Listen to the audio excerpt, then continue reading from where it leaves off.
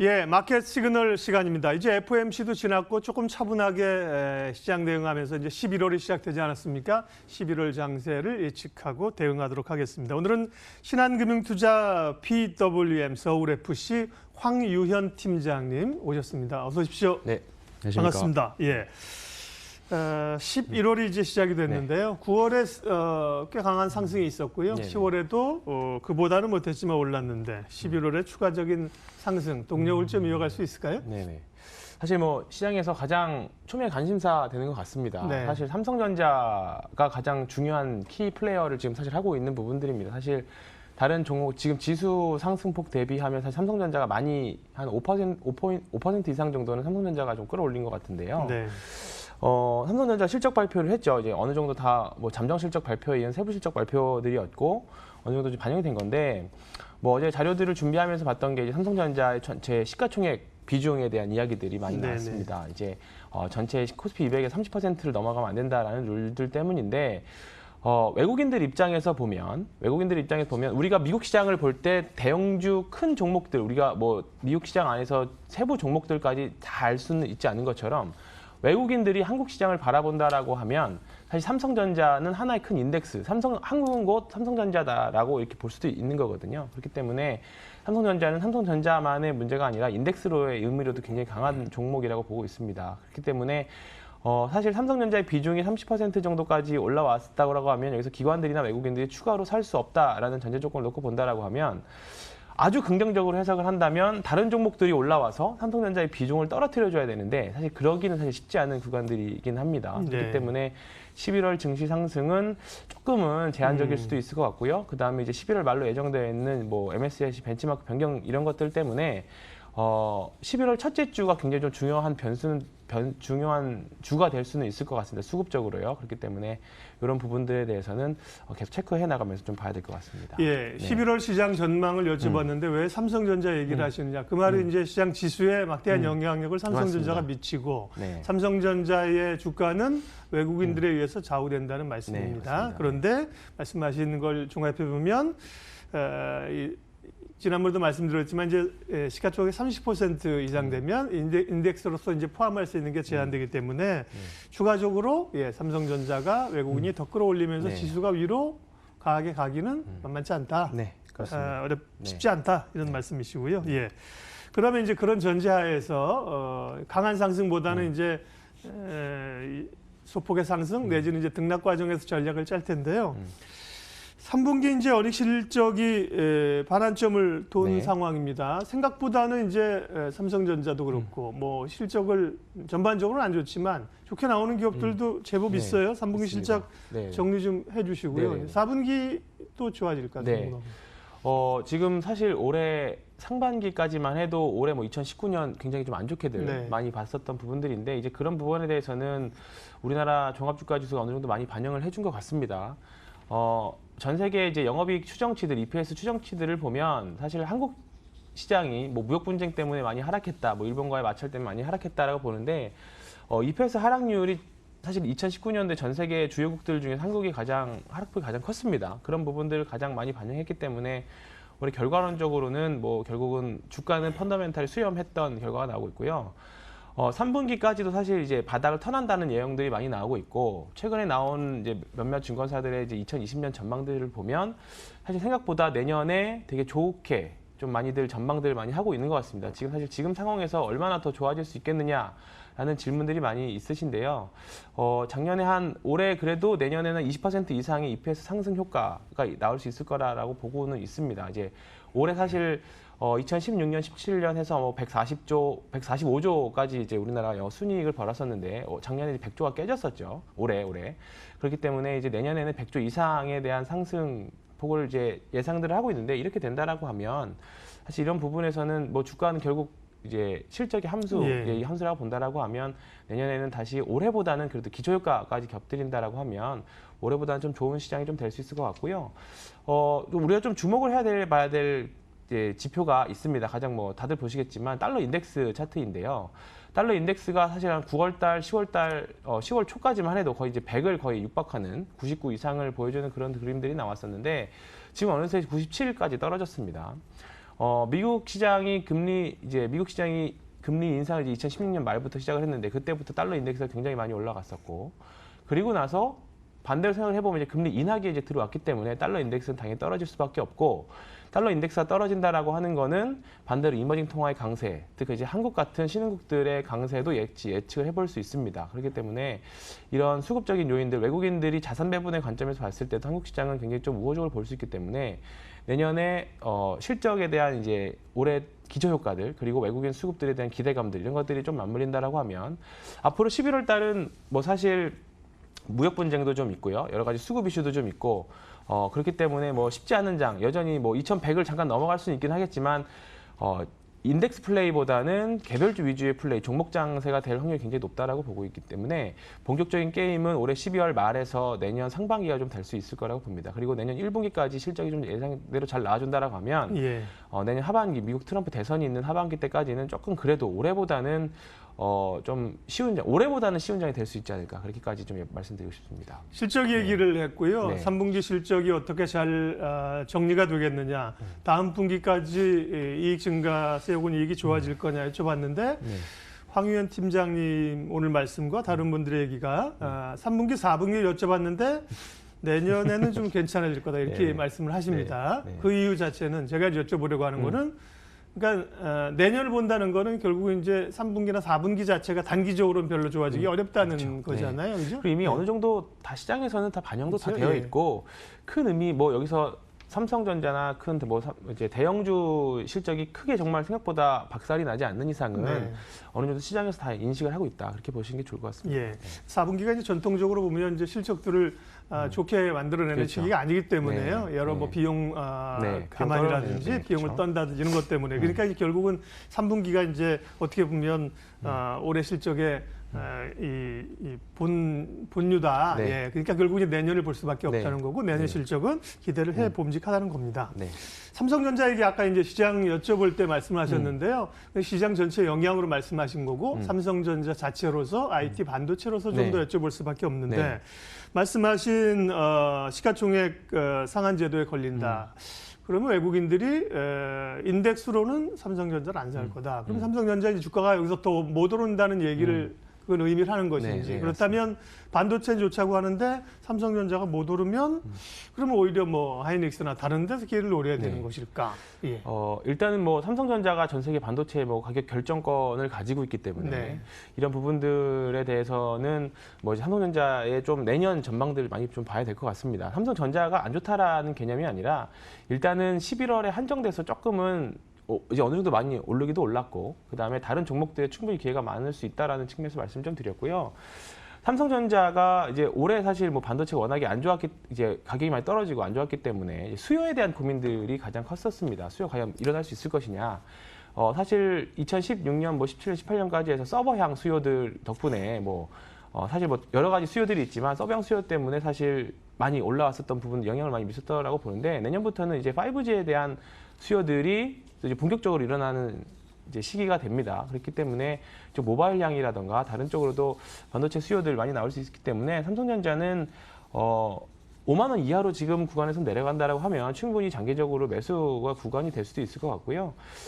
당분간은 뭐 삼성전자의 반도체 가격 결정권에 대해서는 뭐 사실 뭐 이견의 여지는 없을 것 같습니다. 삼성전자가 결국은 전 세계 반도체를 주무르고 있기 때문에 이런 부분들에서는 삼성전자의 이제 우리나라 증시 주도력에 대해서는 내년에도 조금 이어질 수 있을 것 같다 그렇게 말씀드리고 싶습니다. 예. 네. 저도 이제 원고 준비하면서 삼성전자가 올해 40%나 올랐다 그러면서 이 사실이야? 계산해봤더니만 네, 저점 대비해서는 그렇죠. 네. 예, 맞습니다. 45%가 올랐더라고요. 네. 네. 지금 주가로는 이제 그거보다 못 미치는데요. 네. 30% 중후반대인데요. 그리고 그렇지만 이제 사실 투자자가 이게 이론상이고 그렇죠. 정확히 네. 바닥에 사가지고 사실 고점에 파는 사람이 누가 있겠습니까? 그렇습니다. 예, 네. 그래서 그런 어려움은 좀 있는데 그러니까 결국은 삼성전자에 대해서는 그러면 지금 사도 되냐 하면은 조금 유보적인 입장이시네요, 그죠? 사실 네. 이 액면 분할전 가격으로 생각하면 한 5만 5천 원, 5만 7천 원까지도 갔었던 네. 액면 분할 이후의 가격으로 봤을 때는 지금 여전히 5만 원대니까요. 오히려 좀 아직도 많이 내려와 있는 구간입니다. 예, 근데 예. 이제 그런 부분들이 과연 전에 삼성전 280만 원에 대한 구간들 예. 생각을 해본다라고 하면 충분히 내년은 잘 솔직히 여기까지 예상하기는 좀 쉽지는 않겠지만 네. 중장기적으로 충분히 가능한 가격대라고 보고 있고요. 앞으로 계속 기술이 발전하면서 하면 할수록 반도체에 대한 수요들은 계속 생길 거기 때문에 이런 부분에 대해서는 삼성전자에 대한 생각은 뭐 여전히 뭐 매수해도 된다. 네, 이런 뭐 지금 구간에서 몇천 원 정도의 변동폭 정도는 충분히 무시하고 매수해도 된다 이렇게 말씀드리고 싶습니다. 예. 네. 근데 아까 이제 제가 조금 더 여쭤볼게요. 이제 뭐 네네. 질문을 다 하는 게 중요한 게 아니라 궁금한 걸 여쭤보는 게 중요하기 예. 때문에. 그런데 약간 좀 모순될 수 있는 게 네. 아까 이제 시총 제한에 예. 걸려서 그러면 외국인들이 삼성전자 덜 살 수 있다. 네. 예. 그럼 그런 것들은 삼성전자에는 좀 제한 요인이 아닌가요? 그래서 아까 조금 약간 극단적으로 네. 말씀드리면 예.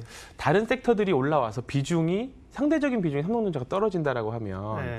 매수를 할 수 있는 여지도 생길 수 있을 것 같고요. 그렇죠. 예. 이런 부분들에 대해서는 나머지 종목들이 내년 실적들에 대한 기대감으로 좀 올라올 수 있을 거라고 보고 있는 거고, 뭐 지금 최근에 보면 대형주 중에서도 뭐 삼성전기라던가 아모레퍼시픽이라던가 뭐 다른 대형주들도 이제 슬슬 바닥에서 이제 큰 상승들을 이제 잡고 올라오는 부분들이 좀 있습니다. 이런 부분들이 내년 상반기까지는 일단은 기대를 해볼 수 있는 부분들이기 때문에 뭐 그리고 삼성전자의 그 제한율에 대해서는 이제 뭐 정부 당국에서도 조금 약간 약간 유연하게 대처를 해줄 수 있는 그런 부분들도 있다고 합니다. 그렇기 네. 때문에 그런 부분들에 대해서는 사실 조금 앞으로 향후 어떻게 또 제도라던가 이런 부분들이 변경되는 것도 좀 보면서 대응을 좀 해봐야 될 것 같습니다. 그럼 팀장님 삼성전자 얘기 나온 길에 반도체 얘기 조금만 더 할게요. 왜냐하면 이제 삼성전자의 또 대안으로서 개인 투자자들에게는 SK 하이닉스가 있지 네. 않습니까? 네네네. 물론 이제 온리 반도체라는 네, 이 변동성이 장점이자 있지만 단점이죠. 네. 그 다음에 또 이제 반도체 장비라든지요. 네. 최근에 그런 부품 장비단도 굉장히 활력이 있잖아요. 네네, 그런 맞습니다. 쪽은 어떻게 보세요?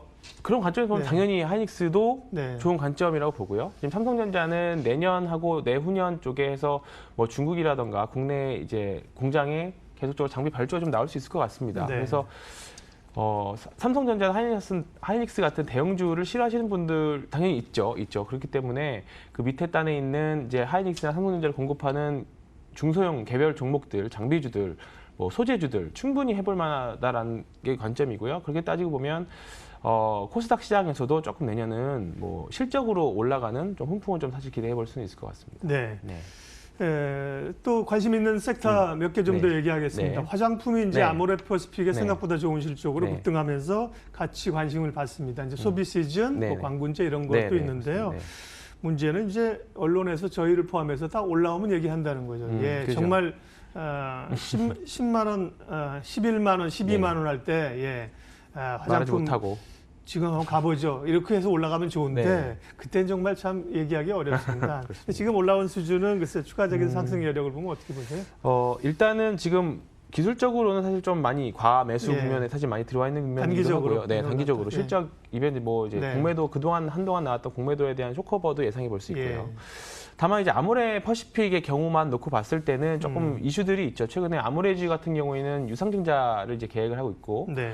아모레퍼시픽의 입장에서는 아모레지에서 나온 유상증자 자금을 가지고 아모레퍼시픽을 사주는 이제 어떻게 보면 자사주 매입 같은 효과가 좀 있을 수 예. 있습니다. 내년까지라서 좀 시간이 길어서 자사주 매입 효과가 그렇게 단기간에 올해 상반기에 있었던 자사주 매입 효과만큼 그렇게 강력하지는 않겠지만 그래도 어느 정도 내년에는 좋은 영향을 미칠 수 있을 거라고 보고요. 만약에 이런 것들 자사주 이런 매입하는 물량들을 체크하시다가 상반기까지 별로 물량 체크가 없다라고 하면 하반기에 몰리게 될 거거든요. 그렇게 되면 뭐 내년 하반기까지도 수급적으로 한번 기대해 볼 수 있는 요인들이고 지금 아모레퍼시픽뿐만 아니라 화장품 주식들이 사실 사드 사태 이후에 굉장히 고전을 많이 했습니다. 그리고 많이들 철수도 하고 올해 상반기에 화장품 회사들 주식들을 좀 보면 구조조정에 대한 이야기들이 많이 있습니다. 구조조정을 한다는 거는 기업 주가의 입장에서 봤을 때는 비용을 줄이는 효과가 되지 않겠습니까? 효율적으로 하고 그래서 구조조정이 잘 된다라고 하면 좋은 긍정적인 효과들이 좀 나올 수 있을 거라고 하는데 그런 부분에서는 사실 중소형 화장품주들도 올해 11월 11일 있는 광군제에 대한 기대감들 그리고 최근에 중국 관련 관광객들 관련해서 좋은 뉴스들도 많이 있기 때문에 이런 부분은 충분히 기대감 살려 있을 거라고 봅니다. 그래서 화장품 섹터도 마찬가지입니다. 앞에 말씀드렸던 이제 실적에 대한 기저효과들 올해 최악은 정말 최악은 지나가지 않았느냐에 대한 이제 그런 느낌을 지울 수 없기 때문에 11월 한 달 정도는 충분히 이쪽 섹터에서도 중국 관련 소비주들 섹터에서도 트레이딩 해볼 만하다 이렇게 말씀드리고 싶습니다.